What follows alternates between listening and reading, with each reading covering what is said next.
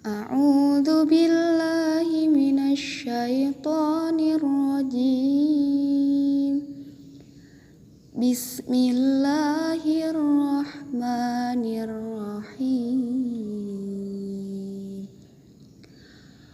Wa'budullaha wa la tusyriku bihi syai'a wa bil walidaini ihsanan wa bidzil qurba wal yatama wal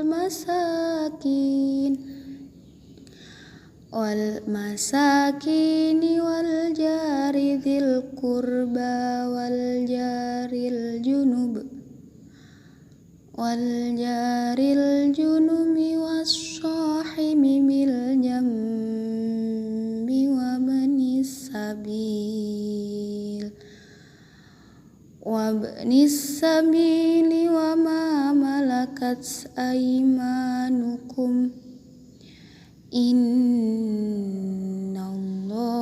la yuhibbu man kana mukhtalan fakhura. Shadaqallahul azim. Dan sembahlah Allah dan janganlah kamu mempersekutukannya dengan sesuatu apapun. Dan berbuat baiklah kepada kedua orang tua, karib kerabat, anak-anak yatim, orang-orang miskin, tetangga dekat dan tetangga jauh, teman sejawat, ibnu sabil dan hamba sahaya yang kamu miliki. Sungguh, Allah tidak menyukai orang yang sombong dan membanggakan diri. Dalam ayat tersebut dijelaskan bahwa manusia menjalin dua hubungan. Yang pertama, hubungan kepada Allah Subhanahu wa Ta'ala, dan yang kedua, hubungan kepada sesama manusia. Yang pertama ada hubungan kepada Allah Subhanahu wa Ta'ala. Manusia harus menjalin hubungan yang baik kepada Allah Subhanahu wa Ta'ala dengan menyembah dan menunjukkan pengabdian kepadanya tanpa syirik, baik yang besar maupun yang kecil.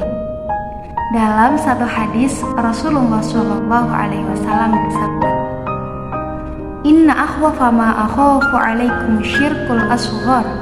Qalu, "Wa ma syirkul asgharu ya Rasulullah?" Qala, "Ar-riya." Sesungguhnya, sesuatu yang paling aku takutkan terjadi pada kalian adalah syirik yang kecil. Lalu sahabat bertanya, "Apakah syirik yang kecil itu, wahai Rasulullah?" Dan Rasulullah pun menjawab, "Ar-riya." Hadis riwayat Ahmad. Yang kedua ada hubungan dengan sesama manusia. Manusia antara yang satu dengan yang lainnya saling membutuhkan. Maka sudah sepantasnya manusia bisa menjalin hubungan dengan sebaik-baiknya.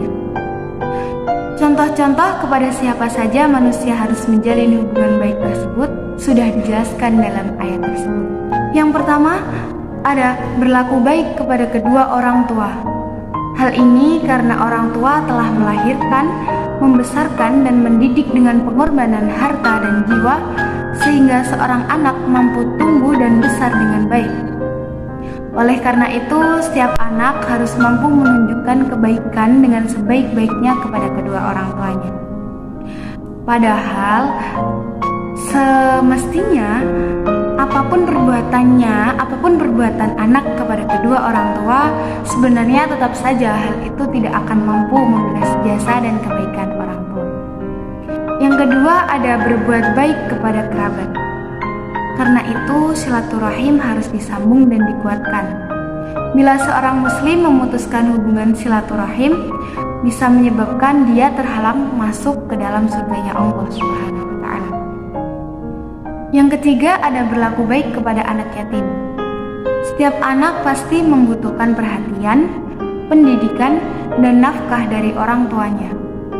Namun, bila orang tuanya telah wafat yang menyebabkan si anak menjadi yatim, maka kaum muslimin dituntut menggantikan apa yang harus dilakukan orang tua terhadap anaknya.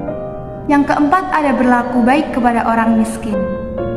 Menjadi miskin merupakan keadaan yang tidak disukai oleh seluruh manusia.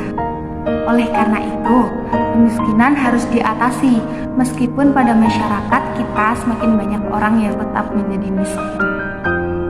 Yang kelima, ada berlaku baik kepada tetangga karena mereka sangat berperan besar kepada kita. Yang keenam, ada berlaku baik kepada teman sejawat. Seorang muslim harus bersahabat dengan persahabatan yang sebaik-baiknya, persahabatan yang bisa berbagi dan merasakan penderitaan maupun kebahagiaan. Yang ketujuh, ada berlaku baik kepada musafir. Ketika melakukan safar atau perjalanan, bisa jadi seseorang merasakan kesulitan meskipun tidak selalu berupa kesulitan ekonomi. Misal saja, tersesat di jalan yang perlu kita bantu untuk menjelaskan rute perjalanan yang harus ditempuhnya, bukan malah menyesatkannya. Dan yang terakhir, ada berlaku baik kepada hamba sahaya. Hamba sahaya atau budak seharusnya diperlakukan dengan baik, karena dia banyak membantu majikannya. Dalam kehidupan yang sekarang ini, kita menyebutnya dengan pembantu rumah tangga, meskipun ia berbeda kedudukannya dengan hamba sahaya. Dalam rangkaian penyebutan kepada siapa saja manusia harus berbuat baik, Allah Subhanahu wa Ta'ala menutup ayat tersebut dengan kalimat, "Sesungguhnya Allah tidak suka kepada orang yang sombong dan membanggakan diri." Kesan yang bisa kita tangkap dari kalimat ini adalah manusia jangan sombong kepada orang tuanya meskipun dia lebih pintar dan kaya. Dia juga tidak boleh sombong dengan kerabatnya meskipun mereka orang yang lemah, miskin, dan bodoh. Jangan sombong kepada anak yatim karena ada saat di mana anak kita juga akan menjadi yatim. Jangan sombong kepada orang miskin karena ada saat di mana kita pun bisa menjadi miskin secara tiba-tiba. Jangan sombong kepada tetangga karena merekalah orang yang pertama memberikan pertolongan atau kita mintai pertolongan saat kita kesulitan. Jangan sombong kepada teman karena kita sangat membutuhkannya. Jangan sombong kepada musafir karena ada saat di mana kita pun menjadi musafir. Dan jangan sombong kepada pembantu rumah tangga karena mereka besar bantuannya kepada kita meskipun tidak besar upah yang kita berikan.